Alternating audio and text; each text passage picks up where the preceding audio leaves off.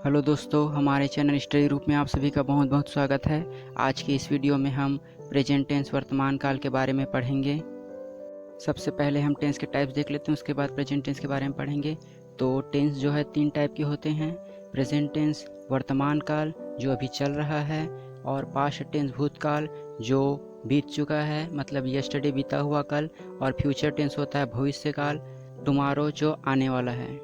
पहला टेंस है present tense. तो प्रेजेंट टेंस के टाइप्स देख लेते हैं। प्रेजेंट टेंस 4 टाइप के होते हैं: present simple, present continuous, present perfect और present perfect continuous. Present tense, तो प्रेजेंट टेंस में सबसे पहले हम प्रेजेंट सिंपल के बारे में पढ़ेंगे। तो इसका स्ट्रक्चर देख लेते हैं। स्ट्रक्चर में सबसे पहले दिया है subject plus verb S plus object. यहाँ सब्जेक्ट होता है, उसे कर्ता कहते हैं, जैसे आई, we, they, he, C, it. अगर किसी का नाम दिया हो तो उसे सब्जेक्ट कहा जाता है। और वर्ब जो है क्रिया है, जो किसी काम को करते हैं, जैसे आम खाना, पीना, ये सभी क्रिया कहलाता है। जैसे एक एग्जांपल देख सकते हैं, आई ईट मैंगो। यहाँ आई सब्जेक्ट है और ईट जो है वर्ब है और मैंगो ऑब्जेक्ट है। यहाँ आई के साथ एस यूज नहीं होगा, इसलिए केवल ईट दिया है।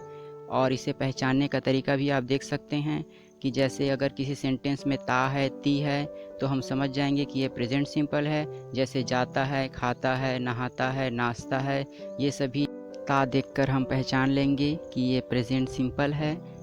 और अब जैसे एग्जाम्पल देख सकते हैं, जैसे मैं आम खाता हूँ है, इसलिए ये प्रेजेंट सिंपल है, नाचता हूँ। ठीक है। और यहाँ पर एस और ई एस का यूज़ देख लेते हैं, क्योंकि प्रेजेंट सिंपल में सी एस का यूज बहुत इंपॉर्टेंट होता है। और इसमें वी, आई, यू, दे और सिंगुलर के साथ एस ई एस का यूज नहीं होगा। और ही, सी, इट, नेम और प्लूरल अगर ये सब्जेक्ट दिया हो तो वर्ब में एस और ई एस का यूज करेंगे। तो चलिए अब अगले टेंस की ओर चलते हैं। अगला टेंस है प्रेजेंट कंटिन्यूअस टेंस। तो प्रेजेंट कंटिन्यूअस टेंस का स्ट्रक्चर देख लेते हैं। इसमें स्ट्रक्चर है subject plus is am are plus verb plus I N G plus object होता है। और इसमें सब्जेक्ट के अनुसार इज एम आर का यूज होगा। तो एक एग्जांपल देख लेते हैं, जैसे आई एम ईटिंग मैंगो। यहाँ आई सब्जेक्ट है, एम जो है हेल्पिंग वर्ब है, आई के साथ एम यूज होता है। और ईट जो है वर्ब है जिसमें आई एन जी लगा हुआ है, और मैंगो ऑब्जेक्ट है। और इसे हम हिंदी में भी देख सकते हैं, जैसे मैं आम खा रहा हूँ। ठीक है। तो यहाँ मैं जो है सब्जेक्ट है, आम जो है ऑब्जेक्ट है, और खा रहा हूँ मतलब ईटिंग होता है। तो इसे पहचानने का तरीका है रहा है, रही है। जैसे मैं जा रहा हूँ, मैं खा रहा हूँ, जहाँ भी रहा हूँ, रही हूँ आए तो समझ जाना कि ये प्रेजेंट कंटिन्यूअस टेंस है। और इसमें आई के साथ एम, ही के साथ इज और वी और दे के साथ आर यूज होगा। तो अब हम अगले टेंस की ओर चलते हैं। अगला टेंस है प्रेजेंट परफेक्ट टेंस। तो प्रेजेंट परफेक्ट टेंस का स्ट्रक्चर देख लेते हैं। स्ट्रक्चर में सबसे पहले subject has have plus verb का थर्ड फॉर्म प्लस ऑब्जेक्ट होता है। यहाँ हैस और हैव का यूज सब्जेक्ट के अनुसार होगा। और परफेक्ट जहाँ भी हो, जैसे past perfect, present perfect, future perfect में हमेशा वर्ब का थर्ड फॉर्म यूज होगा। तो हम एक एग्जांपल देख लेते हैं, जैसे ही हैज़ गॉन पार्क। यहाँ ही सब्जेक्ट है और ही के साथ हैज़ यूज होता है। और गो का गॉन थर्ड फॉर्म है वर्ब का, तो यहाँ गॉन दिया गया है और पार्क ऑब्जेक्ट है। तो इसे पहचानने का तरीका भी देखेंगे। साथ हम एग्जांपल देख लेते हैं एक, जैसे वह पार्क जा चुका है। ठीक है। तो ही मतलब वह होता है, पार्क मतलब पार्क दिया है यहाँ, और जा चुका है मतलब हैज़ गॉन। ठीक है। तो पहचानने का तरीका है चुका है, चुकी है, जहाँ भी सेंटेंस में चुका है, चुकी है, जैसे वह जा चुका है, वह नहा चुका है दिया हो, तो हम समझ जाएंगे कि ये प्रेजेंट परफेक्ट टेंस है। साथ ही हम यहाँ पे हैज़ और हैव का यूज़ देख लेते हैं। जब सब्जेक्ट हो तो हमेशा हैव का यूज होगा, और ही, सी, इट का दिया हो सब्जेक्ट तो हमेशा हैज़ यूज होगा। और परफेक्ट में हमेशा वर्ब का थर्ड फॉर्म यूज होता है। तो इसे हमें याद रखना है।